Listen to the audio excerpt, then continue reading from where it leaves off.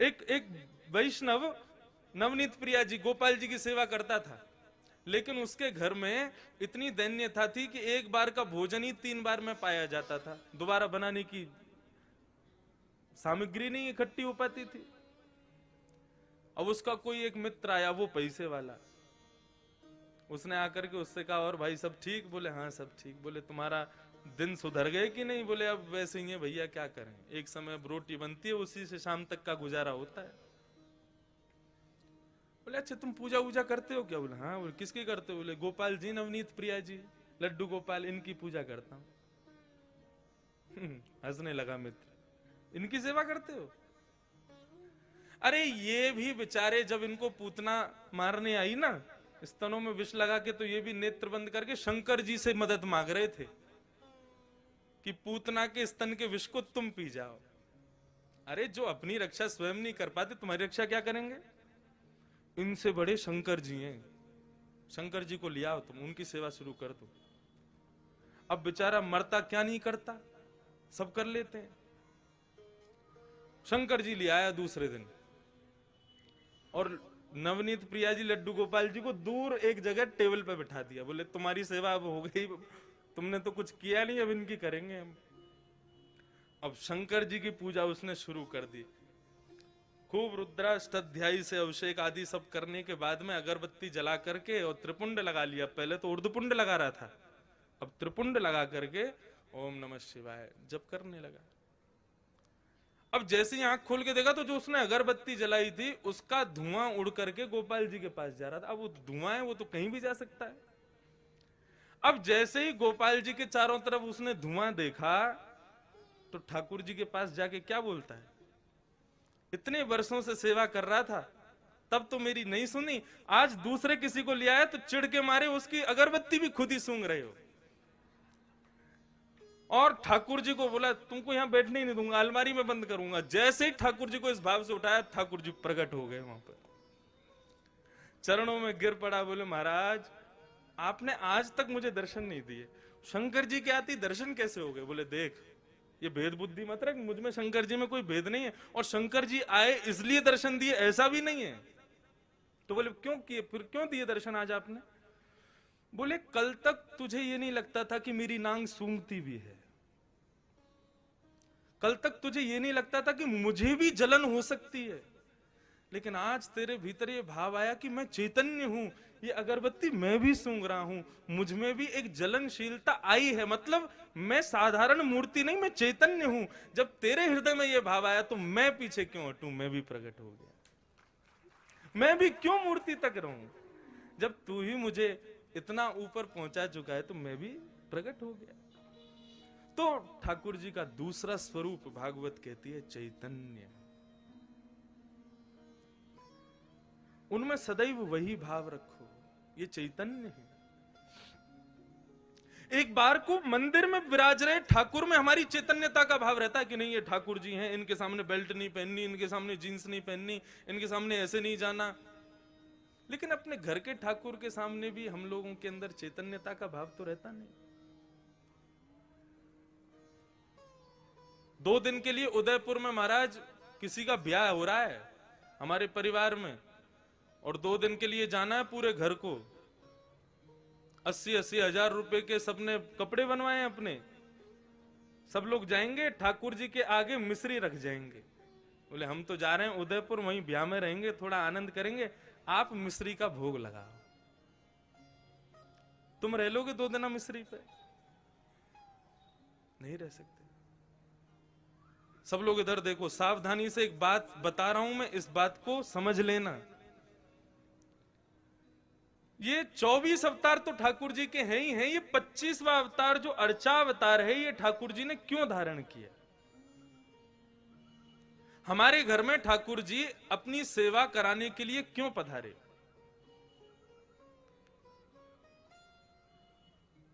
इसके पीछे एक बहुत सुंदर भाव है, सावधानी से सुनिएगा।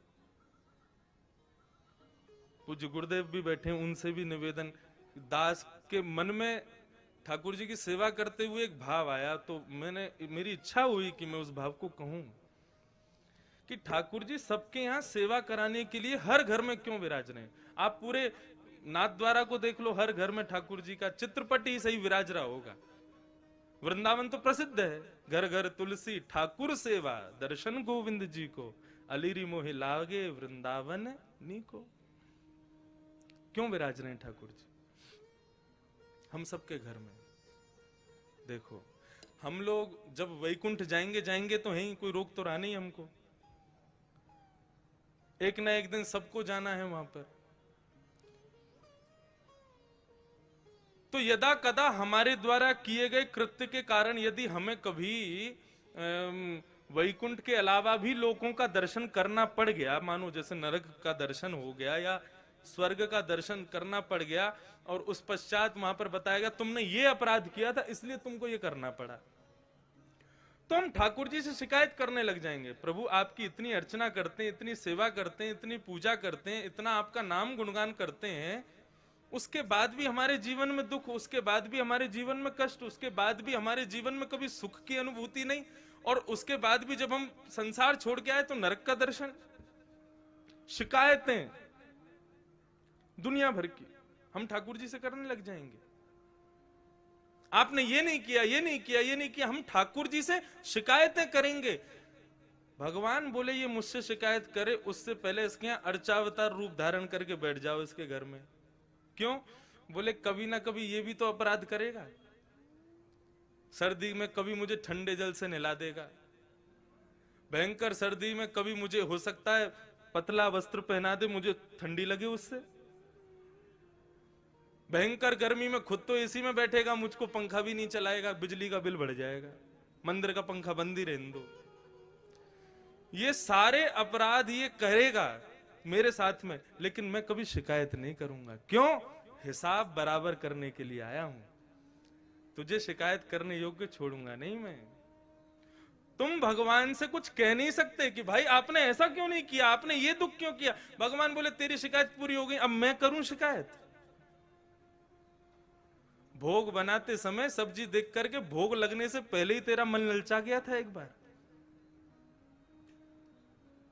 भयंकर सर्दी में एक बार मुझे कहीं लेके जा रहे थे, बद्रीनाथ गए थे, मुझे इतना पतला वस्त्र पहनाया, मुझे सर्दी लगी, मैंने कभी शिकायत की तुमसे? तो मनुष्य की जितनी भी शिकायतें हैं उनका हिसाब बराबर हो जाए, उसके लिए ठाकुर जी अर्चावतार लेके आए कि आप ठाकुर जी से कुछ कह ना सको। यदि आपने कहा तो फिर ठाकुर जी कहेंगे।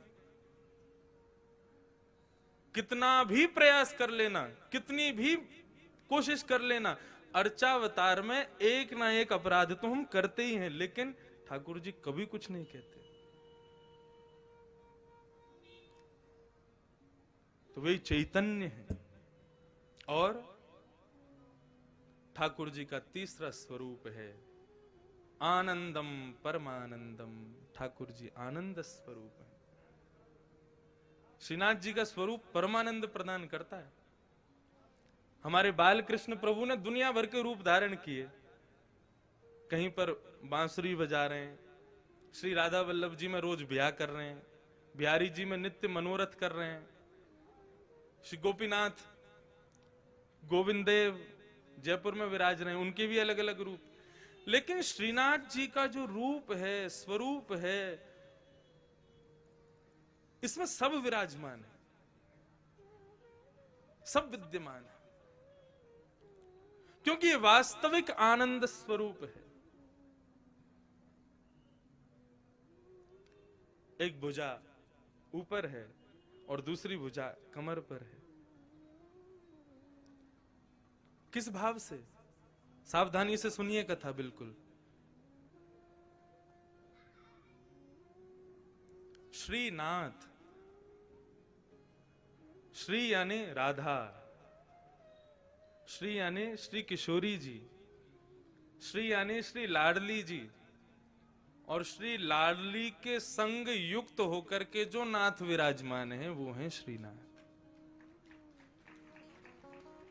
सुन तो पहली ताली बजा रहे हो, बात तो पूरी करने दो हमको, जल्दीबाजी मत करो।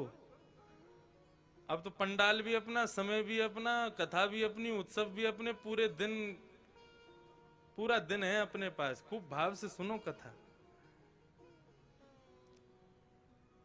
वृंदावन में जो दर्शन नहीं है वो दर्शन श्रीनाथ जी में है। कैसे? आप लोग सब बाहर से पधारे हैं, इसलिए मैं जो अपने गुरुजनों से, जो अपने बुद्धिजीवियों से जो मैंने सुना, तो मैं कह दूं यहां पर। वृंदावन में किशोरी जी ठाकुर जी के बगल में विराज रही है, और स्वरूप में नहीं है, केवल नाम के रूप में श्री राधा रानी विराजती हैं वृंदावन में।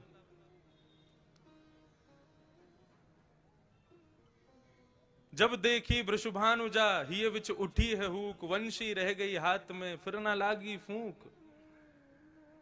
वृंदावन में श्री किशोरी जी अपना स्वरूप नहीं दिखाती।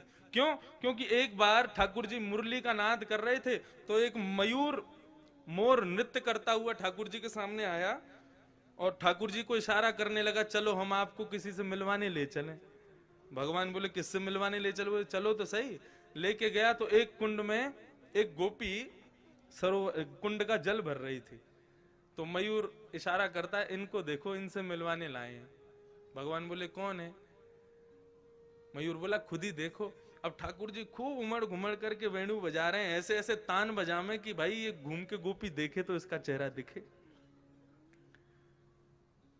लेकिन वो गोपी अपने कार्य में व्यस्त थी। लेकिन जैसे ही कार्य पूरा हुआ और जैसे ही उसने गागर में जल भर के जैसे ही अपने मस्तिष्क पर धारण किया और कार्य पूरा करके जैसे ही पीछे मुड़ी ठाकुर जी की ओर देखा, तब ये पद गाया। बोले जब देखी वृषभानुजा, वो कोई गोपी नहीं है, श्री राधा रानी है। जैसे ही उनका दर्शन किया तो ठाकुर जी बंशी बजाना भूल गए। मतलब उंगलियां तो नर्तन कर रही हैं लेकिन फूंक नहीं निकल रही हृदय से, इतनी सुंदर श्री किशोरी जी। तो जैसे ही देखा कि भैया ये वेणु, ये क्या वेणु पे केवल उंगलियां घुमा रहे हैं, बजा क्यों नहीं रहे, तब किशोरी जी को लगा अरे हमारे स्वरूप में मोहित हो गए। सो किशोरी जी ने घूंघट कर लिया। तब से आज तक श्री लाडली जी वहां घूंघट करके बैठी हैं। क्यों? बोले यहां पर भक्त दर्शन करने आएंगे ठाकुर जी का, और यदि मैंने घूंघट ऊपर कर लिया तो ये तो मुझे देखते रहेंगे, भक्तन ने तो देखेंगे ना। तो यहां हमारी श्री किशोरी जी घूंघट करके बैठी हैं। लेकिन नाथद्वारा में किशोरी जी कहां है? नाथद्वारा में लाडली जी कहां है? ये जो स्वरूप है ये श्री लाडली जी का है, एक स्वरूप नहीं है श्रीनाथ जी। ये दोनों स्वरूप जब प्रेम में उन्मुक्त होकर के एक हो गए, तब श्रीनाथ स्वरूप प्रकट हुआ।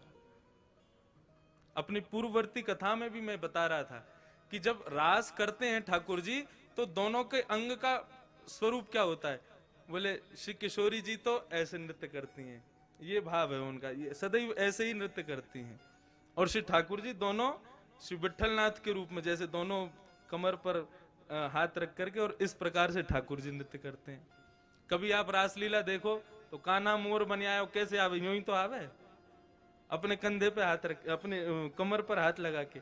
तो ठाकुर जी ज्यादातर नृत्य ऐसे ही करते हैं। अब नृत्य करना नहीं आता, नहीं करके बता देता मैं। अब भाव यही है कि बार बार ठाकुर जी नृत्य करते करते ऐसे ही हो जाते हैं, और श्री किशोरी जी ऐसे ही नृत्य करती हैं। एक दिन किशोरी जी जब नृत्य कर रही तो ठाकुर जी बोले आज तो आप बहुत ही सुंदर लग रही हो, तेरो मुख नीको कि मेरो मुख किशोरी राधे। ठाकुर जी दर्पण देखें, दर्पण में किशोरी जी, जब ठाकुर जी और किशोरी जी दोनों देखें तो ठाकुर जी कहें अच्छा लाडली जी यूं बताइयो, तुम्हारो मुख सुंदर है कि मेरो मुख सुंदर है? किशोरी जी कहें जा प्रकार से अमावस्या में पूर्णिमा को चंद्रमा खिल जाए तो पूर्णिमा के चंद्रमा को देखवे के काजे सबन की दृष्टि व काली अंधियारी को भी देखे, वैसे ही आप हो। बोले आप तो ऐसे कार्य हो, आपको कोई देखो तो चावे ना है। लेकिन हम जब गौरांगी अपनो पूर्ण रूप लेकर के आपके बगल में विराज जाए ना, तब लोग आपको देख लें हमारे मारे। ऐसा ठाकुर जी के संग विनोद करें श्री किशोरी जी। तो उस दिन ठाकुर जी बोले आज तो आप बहुत ही सुंदर लग रही हो। राधा रानी बोली हम तो सुंदर हैं ही हैं, बता का रहे। ठाकुर जी बोले लेकिन हमारी इच्छा है रे कि आप हमारे सन्निकट आ जाओ, आप हमारे नजदीक आ जाओ। किशोरी जी बोली देखो ये सब सखियां नाच रही हैं, सब नृत्य कर रही हैं, सब रास कर रही हैं, अब हम इन सबन के सामने आपके समीप आमे ना तो हमको न कष्ट होवे। सो किशोरी जी तो आमे नहीं, ठाकुर जी बार बार ऐसे नाचते नाचते उनके बगल में पहुंच जाए कि हमारे पास आमे। लेकिन ललिता, विशाखा और श्री यमुना, इन तीनों के हृदय में यह भाव आया कि ठाकुर जी की बड़ी इच्छा है रही है श्री किशोरी जी के आलिंगन की, हृदय से लगावे की, लेकिन हम लोगन के संकोच के मारे कर नहीं रहे। सो तीनों नृत्य करते करते वहां से अंतर ध्यान हो गए ताकि हमारा संकोच दूर हो जाए, हमसे जो संकोच है वो दूर हो जाए। जैसे ही तीनों वहां से प्रस्थान किए, ठाकुर जी ने और श्री लाडली जी ने देखी अब कोई ना है, अब तो समीप आ जाओ हमारे, आपको स्वरूप इतना बढ़िया मनमोहक लग रहा है। सो किशोरी जी तो ऐसे नृत्य करते करते और ठाकुर जी ऐसे नृत्य करते करते जैसे ही आकर के आलिंगन कियो है, सो आधो स्वरूप तो श्री किशोरी जी को और आधो श्री ठाकुर जी को श्रीनाथ रूप में प्रकट हो गए। बोलो श्रीनाथ प्यारे की जय। आप कभी गर्मी में यहां आना, मैंने तो अनुभव किया है। ठाकुर जी की जो उठी हुई भुजा है वो श्री राधा रानी है, और उस भुजा को जब आप देखेंगे तो उस भुजा में आपको गौर वर्ण का दर्शन होगा। अभी तो ठाकुर जी ने पूरा अंग ढका, केवल मुखमंडल दिखाते हैं, लेकिन कभी गर्मी में आप आओगे तब ठाकुर जी के श्री अंग का दर्शन कीजिएगा, आपको श्री किशोरी जी भी दिखेंगे। तो आधा भाग श्री लाडली जी हैं और आधा भाग श्री ठाकुर जी हैं। दोनों के रूप एक हुए तब श्रीनाथ प्रकट हुए। हमारे ब्रज वृंदावन में तो फिर भी राधा रानी ने थोड़ा सा दूर है के बैठी हैं, लेकिन यहां तो एक में ही बैठी। और यहां आए कहां थे, कहां से आए, हमारे यहां से ही तो आए, हमारे ब्रज से ही तो पधारे। कल यहां पर प्रेस कॉन्फ्रेंस हो रही थी तो हमारे प्रेस के सब भाइयों ने हमसे पूछा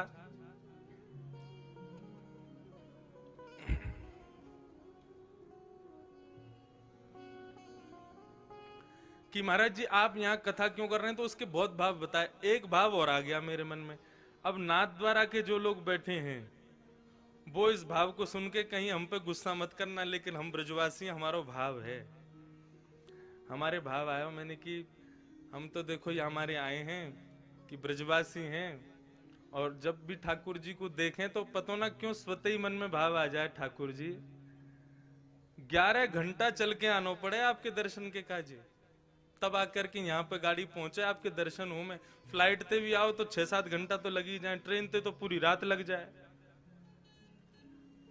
हम ब्रजवासी आपके प्राण धन है, आप ही कहो ब्रजवासी वल्लभ सदा मेरे जीवन प्राण। श्री गोवर्धन कभी कभी आपके बगैर सूनो लगे, तो हम ब्रजवासी पे कृपा करो, बहुत दिना विराज लिए राजस्थान में, अब जल्दी ब्रजधाम वापस चलो। हमारे हृदय में तो ये भाव आ जाए। तो प्रेस वाले क्या बोले, आप हमारे ठाकुर जी को चुरावे आए हो यहाँ पे? मैंने भैया चुरावे तो ना आए। बोले हमारे ठाकुर जी कहीं ना जाएंगे, अब संभव ही ना है, वो तो यहीं रहेंगे, यहाँ से कहीं नहीं जाएंगे। मैंने कि आप काहे को गुस्सा रहे हो, मतलब ठाकुर जी गए तो आप कौन से यहाँ रहोगे, आप भी आओगे। और मैंने हम सब ब्रजवासी सब आपको स्वागत करेंगे, पधारो भैया हमारे ब्रज में पधारो।